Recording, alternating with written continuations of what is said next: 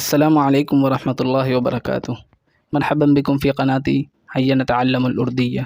اليوم أقدم لكم بعض الجمل المتداولة في الأردية مستعملا فيها لعل أي معناه في الأردية شايد وما يقاربه في المعنى مع شرح بسيط.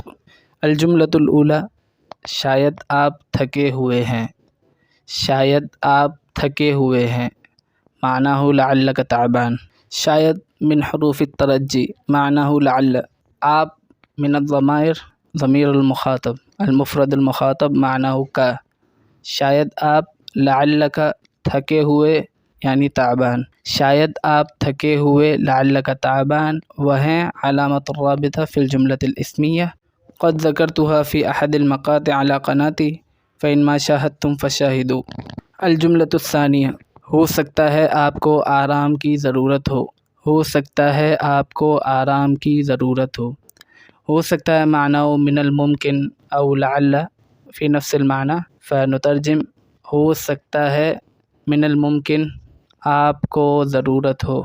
آپ کو ضرورت ہو معناه انك تحتاج آرام کی الاستراحة. آرام معناه الاستراحة. والمعنى الكامل ہو سکتا ہے آپ کو آرام کی ضرورت ہو من الممکن انک تحتاج الی الاستراحة. الجملة الثالثة مجھے لگتا ہے آج آپ نے بہت زیادہ کام کیا ہے. مجھے لگتا ہے آج آپ نے بہت زیادہ کام کیا ہے. مجھے لگتا ہے معناه ارى.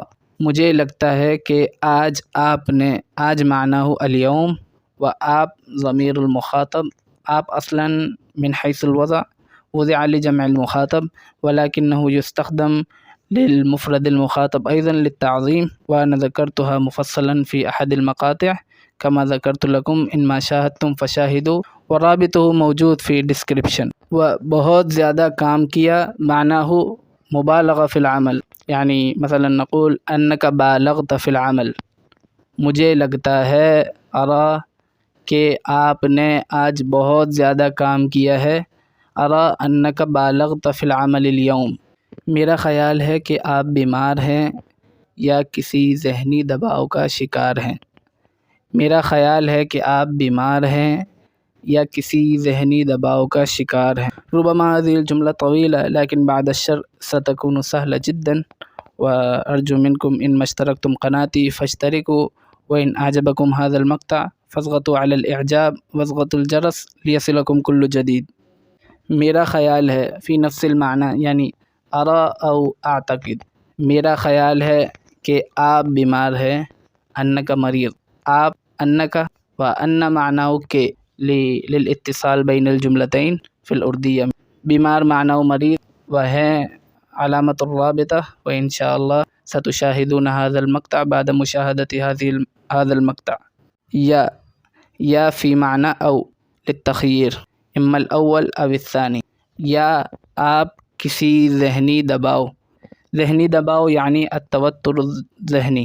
التوتر الذہنی و کا شکار ہیں. شکار ہیں معناه مصاب یعنی انک اصبت بالتوتر الذہنی او انک مصاب بالتوتر الذہنی. وكلمة الشکار معناها في الأردية معناها في العربية الاصطياد يعني اصطادك التوتر الذہنی. وبعد ذلك امید ہے کہ رات تک آپ ٹھیک ہو جائیں گے. امید ہے کہ رات تک آپ ٹھیک ہو جائیں گے. امید ہے يعني امید معناه الرجاء ويمكننا أن نترجمه بالعربية أتمنى يعني امید ہے اتمنى کہ آپ انک کہ بمعنى ان و آپ معناه کا ٹھیک ہو جائیں گے. معناه تعافى من المعافات. آپ ٹھیک ہو جائیں گے. انک تعافى رات تک یعنی الى اللیل. اعتقد او اتمنى انک تعافى الى الليل.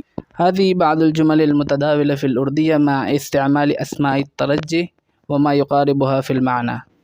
فإن أعجبكم المقطع فاضغطوا على الإعجاب وانشروا إلى الأصدقاء وإن ما اشتركتم قناتي فاشتركوا وأخبروني على أي موضع أسجل المقطع. السلام عليكم ورحمة الله وبركاته.